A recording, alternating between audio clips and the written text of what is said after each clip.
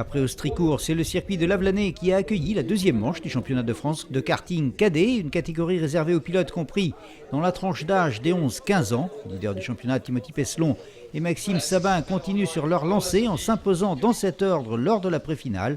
En finissant à la troisième place, Théo Pourchère, le champion de France minime 2013, est lui aussi bien dans le coup. Il partira de la deuxième ligne en finale avec Adam Eteki à ses côtés.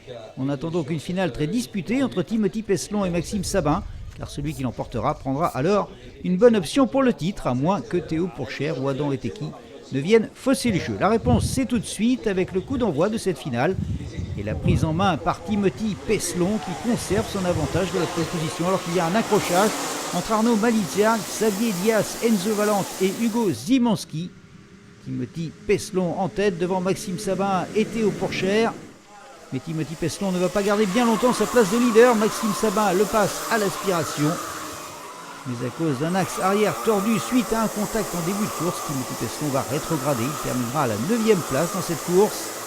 Maxime Sabin en tête avec Théo Pourchère dans ses roues à l'attaque.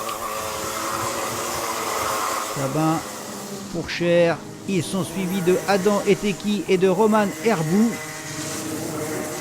Pour l'instant, Théo Pourchère ne trouve pas l'ouverture, il ne peut qu'espérer une faute de Maxime Sabin. Et pourtant, c'est bien à la régulière qu'il prend le meilleur sur son adversaire et s'empare du commandement dans cette course. Un duel qui se poursuivra jusqu'à l'arrivée.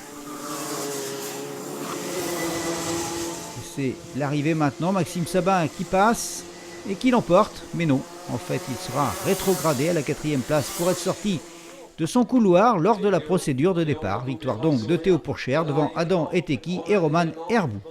Et quelle course remarquable également de... Deuxième, mais au final, Maxime Sabin a été déclassé. Dommage pour lui. Et voilà. Mais t'as bien géré cette course? Oui, quand même. Deuxième, même s'il n'était pas déclassé, ça aurait été bien en deuxième. Mais voilà. Le championnat est relancé avec 3 pilotes maintenant en lice pour le titre. Maxime Sabin est toujours leader avec 28 points d'avance sur Timothy Pesselon et 39 sur Théo Pourchère. Le dénouement aura lieu ce week-end à l'Oéac, samedi 26 et dimanche 27 juillet.